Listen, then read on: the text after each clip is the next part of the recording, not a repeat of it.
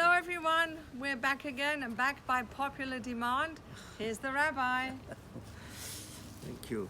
This Shabbat is just before Tisha B'Av. We are going to be reading the Torah, from the Torah, Perashat Devarim. Devarim is the new book of the Torah, the fifth book. And the Torah begins by saying, Ele HaDevarim Asher Diber Moshe. These are the words that Moshe spoke to the children of Israel by the river Jordan. And our rabbis always have a rule that biblically, whenever the Torah says Ele, the word Ele and this, it means that it comes to differentiate between what happened before and what is happening now. That means to separate and to differentiate between the previous account or the previous item that they were discussing. And before that, we read Matot Maseh, and at the very end, just when they are about to cross to go to Eretz Israel. Now Moshe Rabbeinu, it begins a new style of words that is talking to the people of Israel. And the difference between what was before and now is that so far the 4 books of the Torah, they speak about laws, about how you are going to bring into practice those laws. These are the mitzvot, the commandment, and so on. What is within Judaism, in practice, what you need to do, and so on. And also the laws for the Kohanim, the Leviim, and everything to do with Jewish life. But this time, Moshe Rabbeinu is not talking about those laws. He is now speaking in a new book. Is about rebuke and chastisements. That's what it's like sermonizing to the people of Israel. What is it that he's talking now mainly? After all, he was unsuccessful to convince God to let him cross the Jordan to the west side. And so he was going to die in the east side of the Jordan. And he was concerned now what to advise the people of Israel when they are going to go into a new land, the Eretz Canaan. He was concerned that the people that they should not commit the same kind of mistakes and sins that they did before, that they should not repeat them. That's why he started saying that at the very beginning of these words.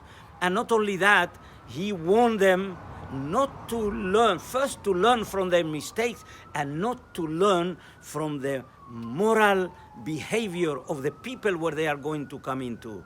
That was his main concern. And therefore he starts by saying, Ele HaDevarim, these are the words, Be'ever HaYarden Bamidbar Ba'arava. Our rabbi start deciphering these words that he uttered at the very beginning. And he said, Molsu ben Parah Tofel velavan v'chatzerot v'dizav. Now there is no place that it's ben Tofel in the entire Torah. So it's not a location, a geographical location. This was simply a spiritual location, meaning there were places where there were things that they sinned with. Like, for example, when they were going to cross the Sea of Reeds, when they were in the parting of the sea, before the parting of the sea, they started complaining in such a way, why did you take us from Egypt? Almost immediately ungrateful. Then they talk about these Zahav, talking about the fact that God gave them a lot of gold, and what they ended up doing is a golden calf.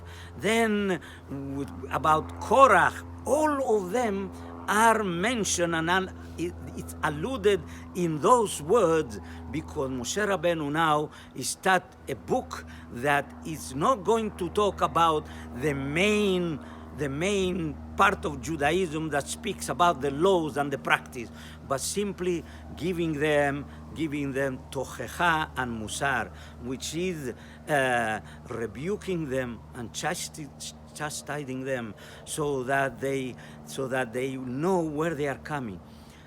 In those times, he's telling them, you know that the people you are going to come and be involved with over there, the Middle East, the entire Middle East, is a bad neighborhood. It's really very difficult, and it is just as much like it is today. Always it was like that, and so therefore they have to be very careful and very aware of where they are going. And when we talk, our rabbis tell us that Moshe Rabbeinu was very sensitive. He tried to engage them with the kind of rebuke that has to be done with love, with sensitivity, without telling them off exactly what was the sin, which in a way it was much more powerful to rebuke them than if you have to tell them very clearly what is that they did, because in those times, this was more effective according to Moshe Rabbeinu.